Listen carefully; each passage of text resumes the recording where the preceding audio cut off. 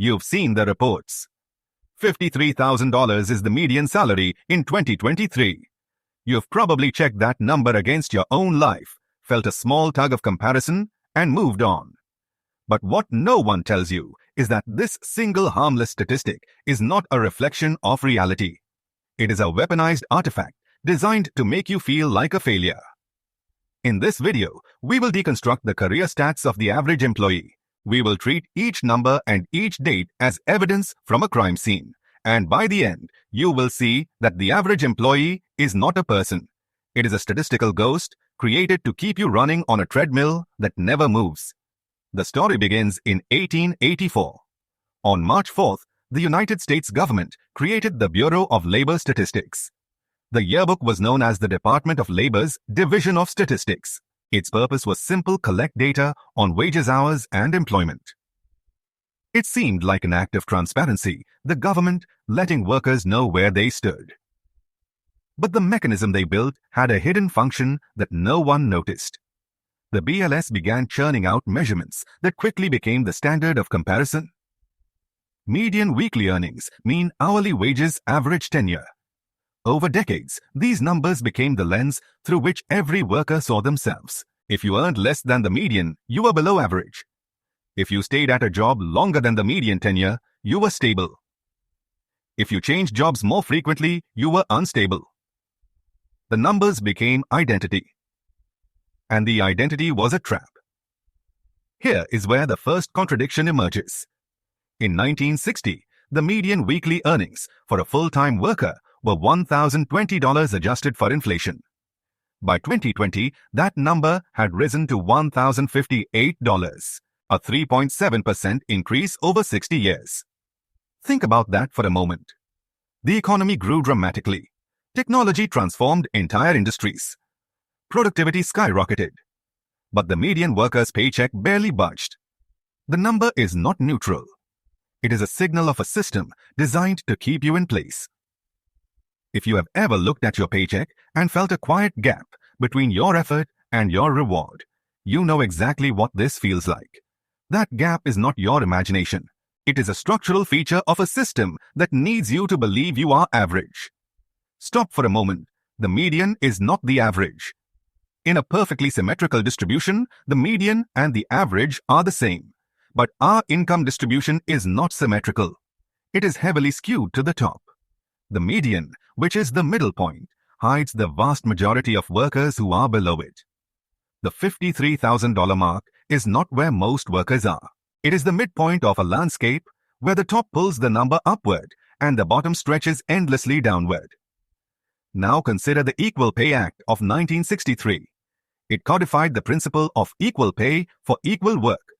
Yet, by 1967, women earned 62% of what men earned. By 2022, the gap had narrowed to 84%, a gap that persists for nearly 60 years despite legislation. This is not a failure of law.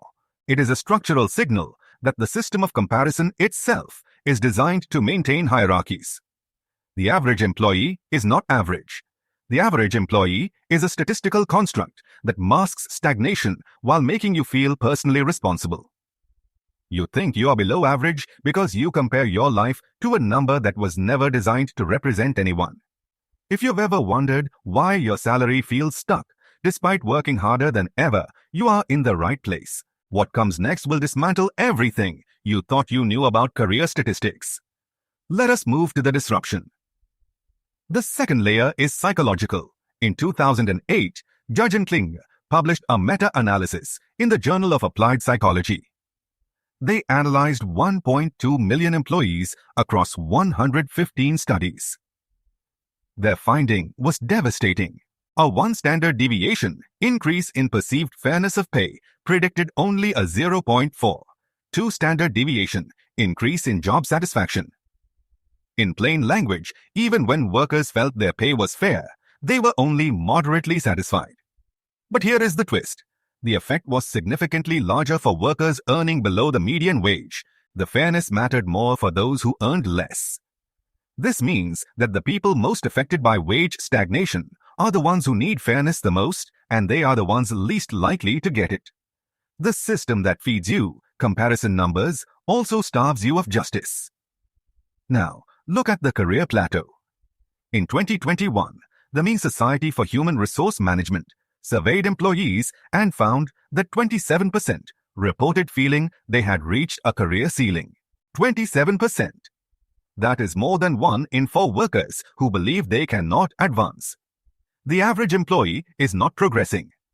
The average employee is hitting a wall, but here is the deeper mechanism. In 2006, Sachs studied 4,500 full-time employees from 12 US firms. He found that employees in the bottom 25% of performance ratings reported 31% lower engagement scores, and that low engagement mediated a 22% reduction in promotion likelihood. The lower your rating, the less engaged you become, and the less likely you are to be promoted. It is a downward spiral built into the structure of work itself.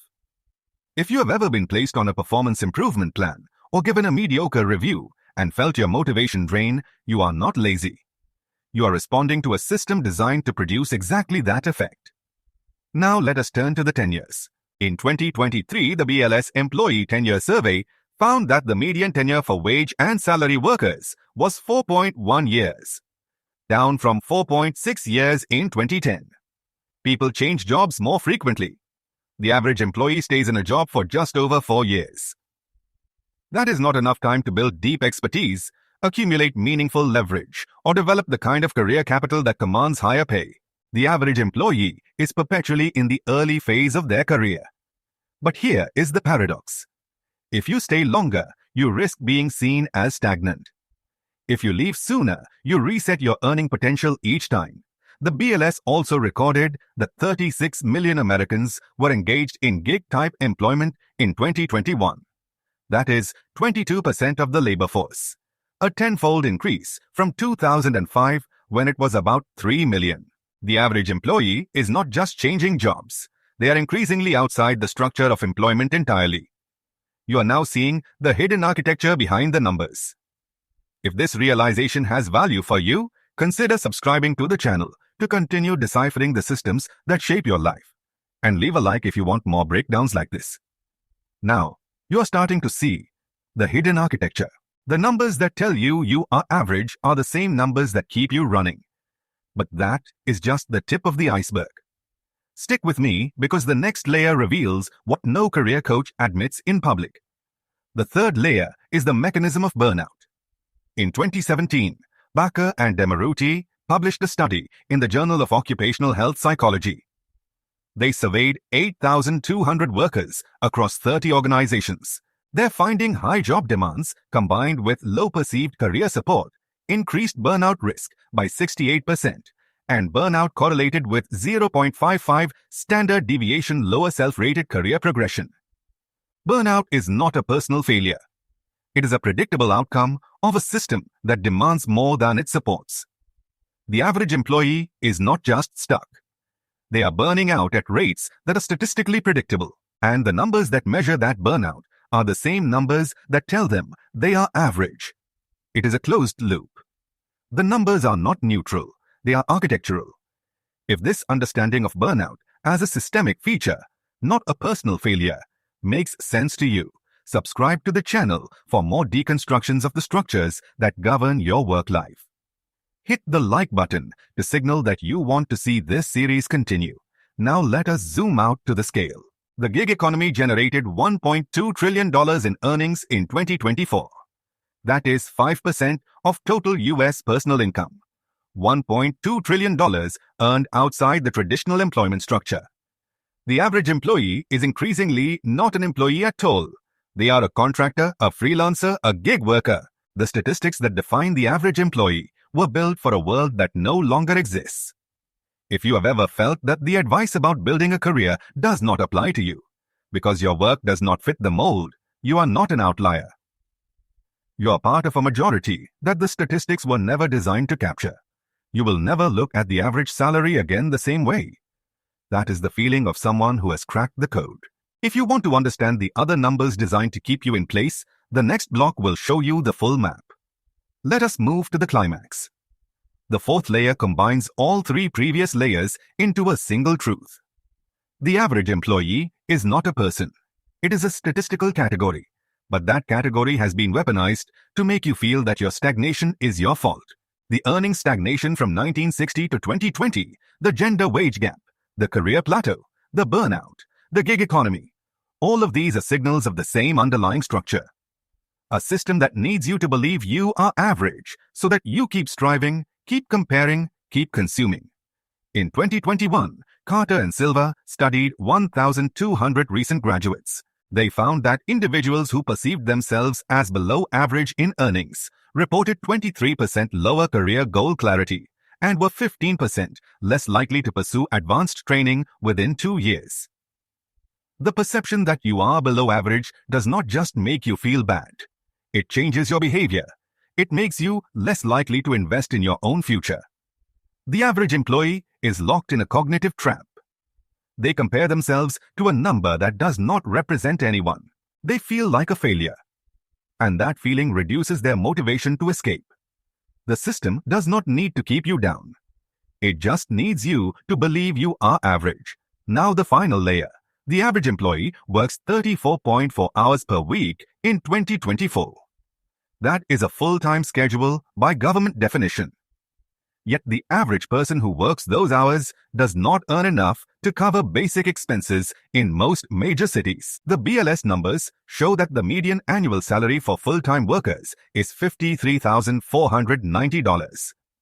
But the Department of Housing and Urban Development says that a family of 4 needs at least $60,000 to afford a modest 2-bedroom apartment and utilities in most metropolitan areas. The average employee is not just stuck. They are underwater, and the numbers that tell them they are average are the same numbers that tell them they should be able to afford a life they cannot afford. Every time you check your salary against the median, you're not measuring your progress. You're measuring your captivity. But there is a way out. It does not come from working harder. It comes from understanding the architecture of the numbers themselves. The average is not your destiny. It is a historical artifact that you can learn to read and then learn to outrun. If this opens something, the next video closes it in a way you will not expect. The numbers do not define you, but understanding them is the first step to breaking their hold. Keep deciphering. The system only wins if you look at the numbers without seeing the code behind them. Now you see it. The rest is up to you.